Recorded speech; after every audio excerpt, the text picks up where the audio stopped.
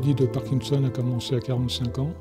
En regardant la télé, j'avais le pied qui tremblait et puis quand j'allais faire des balades avec mon épouse, j'avais le pied qui se raidissait quand je marchais, quoi. J'ai plusieurs symptômes, au niveau de la rigidité musculaire et puis les nuits qui sont entrecoupées. Et l'après-midi, j'ai des fluctuations. Je peux être cloué dans la banquette pendant 2-3 heures à attendre que le médicament fasse son effet. Donc j'ai consulté un médecin qui m'a fait faire un DAT scan. Ma neurologue m'a parlé de la stimulation cérébrale profonde. Je sais que la stimulation cérébrale profonde ne guérit pas, mais au moins si ça peut m'apporter que mes journées se passent bien.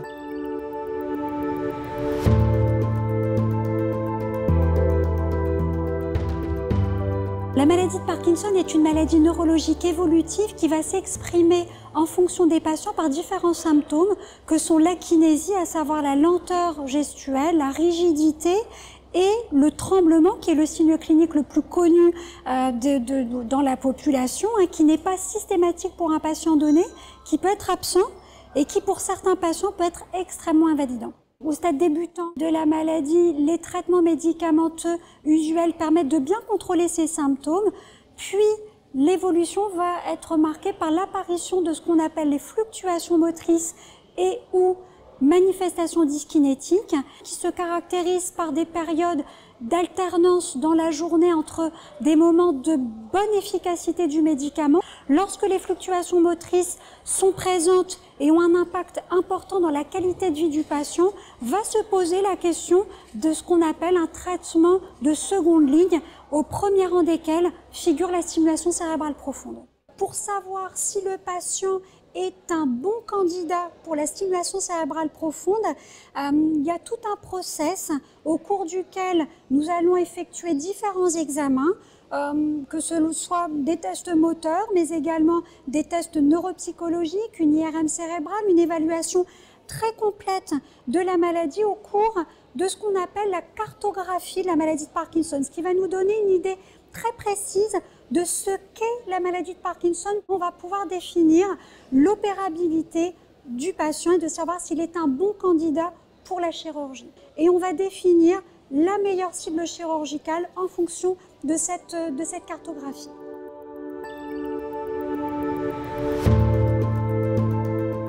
La stimulation cérébrale profonde est une technique chirurgicale qui vise à traiter les mouvements anormaux, qui existe depuis plus de 30 ans. C'est une technique qui est assez mature et qui fait partie du bagage commun de la prise en charge des patients qui vont présenter des mouvements résistants à une prise en charge médicamenteuse.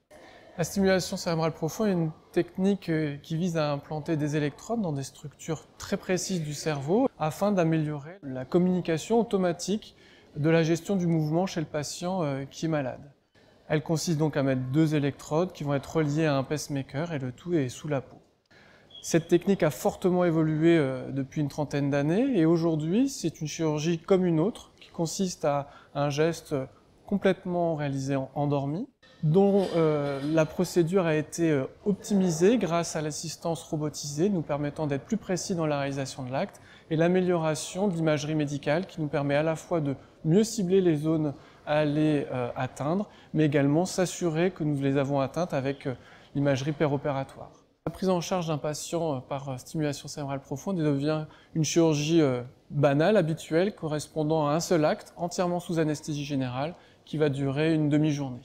Comme toute intervention chirurgicale, la stimulation cérébrale profonde comporte des risques. Ces risques se sont vus minimisés au fur et à mesure du temps grâce aux avancées en particulier de la robotique et de la miniaturisation des objets qu'on utilise au bloc opératoire.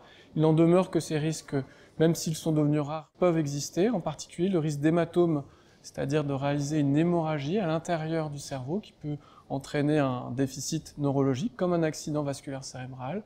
Le second risque est un risque infectieux, une complication de la cicatrice qui pourrait nécessiter soit antibiothérapie, soit parfois pour guérir l'infection, enlever l'ensemble du matériel avant de pouvoir être réimplanté. Pour pouvoir voir les effets bénéfiques du traitement et de l'électrode, on va réaliser ce qu'on appelle votre jumeau numérique, c'est-à-dire qu'on va faire votre double numériquement, planifier la thérapeutique dessus, la transférer directement au pacemaker et pendant que vous êtes encore en train d'être opéré, Avant la fin de l'intervention, votre programmation est démarrée et vous allez pouvoir bénéficier très rapidement des effets positifs sans devoir faire l'expérience d'un arrêt d'un traitement pour votre maladie de Parkinson. 1, vous améliorez la visée et 2, vous faites exactement ce qui a été planifié. Donc on a deux gains. On a pu simplifier parce qu'on a gagné beaucoup en capacité à identifier, réaliser et s'assurer que le geste a bien été réalisé.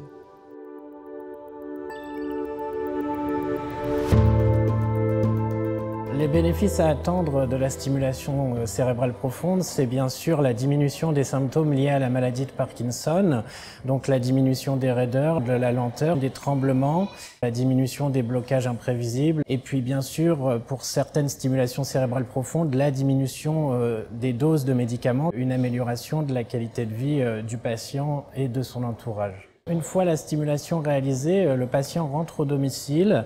Il est revu entre 7 et 10 jours par l'infirmière et le neurochirurgien. Il est revu ensuite à 1 mois en consultation, puis 3 mois après l'intervention.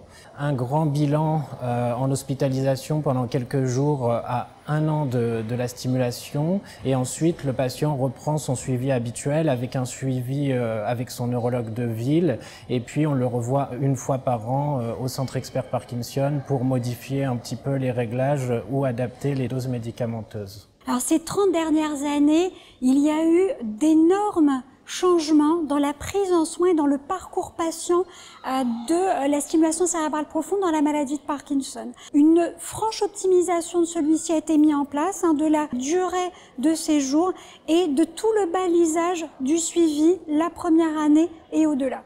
Nous avons travaillé à optimiser ce parcours patient avec le souhait principal d'alléger la durée de l'intervention chirurgicale, la charge des soins pour le patient et de faire en sorte que l'hospitalisation et les différents suivis soient le plus léger, le plus simple possible pour le patient.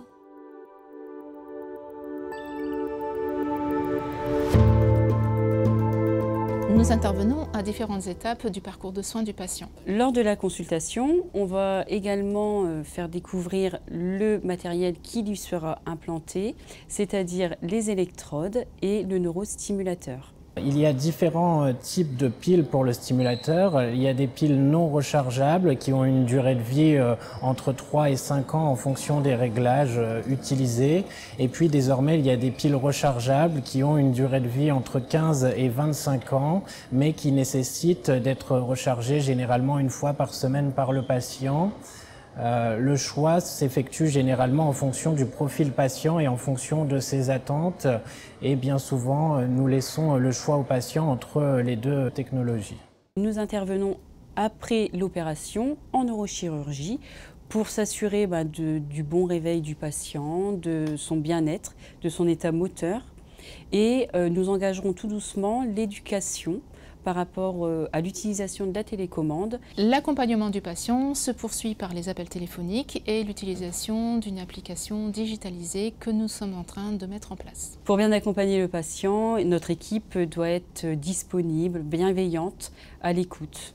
C'est vraiment un accompagnement durant toute la maladie, mais aussi là c'est une étape avec une fenêtre durant laquelle le patient va commencer à vivre autrement.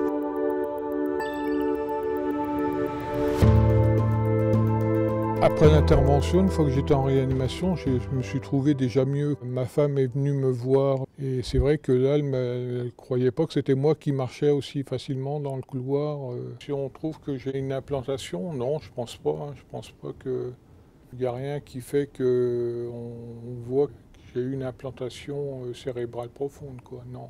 Est-ce que ça a amélioré mon quotidien? Oui, c'est vrai que mes nuits ont été améliorées depuis que la simulation cérébrale profonde a été faite. C'est vrai que ça n'a plus rien à voir avec avant. Je fais du vélo actuellement, où j'allais marcher avec mon chien, on allait faire 1 heure de marche. Alors, un message que j'aurais à faire passer, de faire confiance aux professeurs, surtout à l'encadrement de l'hôpital d'Amiens. C'est vrai qu'il y a un bon suivi et puis voilà quoi.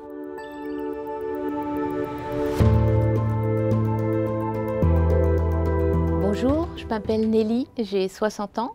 J'ai été officiellement diagnostiquée Parkinson il y a 5 années à peu près.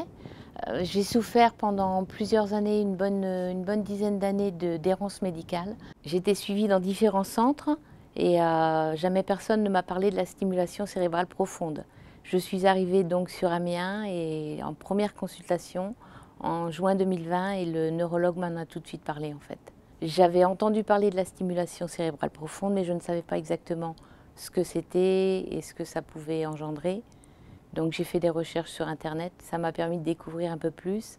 Et puis j'ai eu des tests, c'était ça qui nous faisait savoir si on était potentiellement éligible à la stimulation cérébrale profonde ou pas. Et par grand bonheur, je l'étais. Donc ça a été une belle chose pour moi. Alors au niveau des symptômes ressentis, j'avais énormément de tremblements de tout le corps.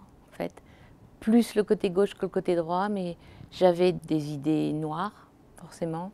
J'avais aussi une grande fatigue, des douleurs musculaires, articulaires, un peu partout dans le corps. Et puis des difficultés à la marche, beaucoup de difficultés à la marche aussi. Je marchais avec des cannes. C'était vraiment pas vivable.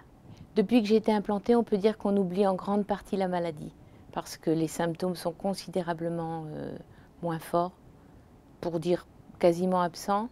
Et grâce aux réglages qu'on peut faire avec la télécommande, on n'oublie pas parce qu'on pense à ce qu'on a vécu avant. Et tous les jours, on se dit ça, je ne pouvais pas le faire et je peux le faire aujourd'hui. Mais on n'oublie pas, mais on a la chance de vivre une nouvelle vie et ça, c'est très important. On ne remarque pas de l'extérieur le système implanté. On a simplement une petite cicatrice au niveau de la poitrine. Depuis que j'ai une stimulation cérébrale profonde, j'ai repris mes activités, à savoir que je dessine. J'ai d'ailleurs dessiné 3 jours après mon intervention dans la chambre. J'ai une passion aussi qui est la chanson. Je chante dans les EHPAD pour les personnes âgées et je refais toutes ces choses-là avec grand plaisir. Alors si j'avais un message à faire passer pour les futurs opérés d'une stimulation cérébrale profonde, c'est allez-y. Allez-y, tentez, essayez. Chaque personne est différente, les résultats peuvent être différents chez l'un ou chez l'autre, mais personnellement chez moi ça a changé ma vie, ça m'a redonné une deuxième vie en fait. Parce que j'étais vraiment très affectée par les symptômes de la maladie. Si je peux partager un moment mémorable de ma vie depuis l'intervention, je dirais que c'était mes 60 ans, une fête organisée par mon mari et mes enfants, pardon. Et ça a été vraiment un moment exceptionnel parce que c'est un moment où j'avais l'impression d'avoir repris une vie comme tout le monde. Et ça, c'est vraiment important. Et auparavant, lorsqu'il y avait des fêtes de famille, je n'y allais pas. Je préférais ne pas y aller plutôt que de ne pas pouvoir danser, de ne pas pouvoir m'amuser, de ne pas pouvoir profiter et puis de surtout subir ce qu'on disait, le regard des autres, qui n'est pas toujours évident non plus.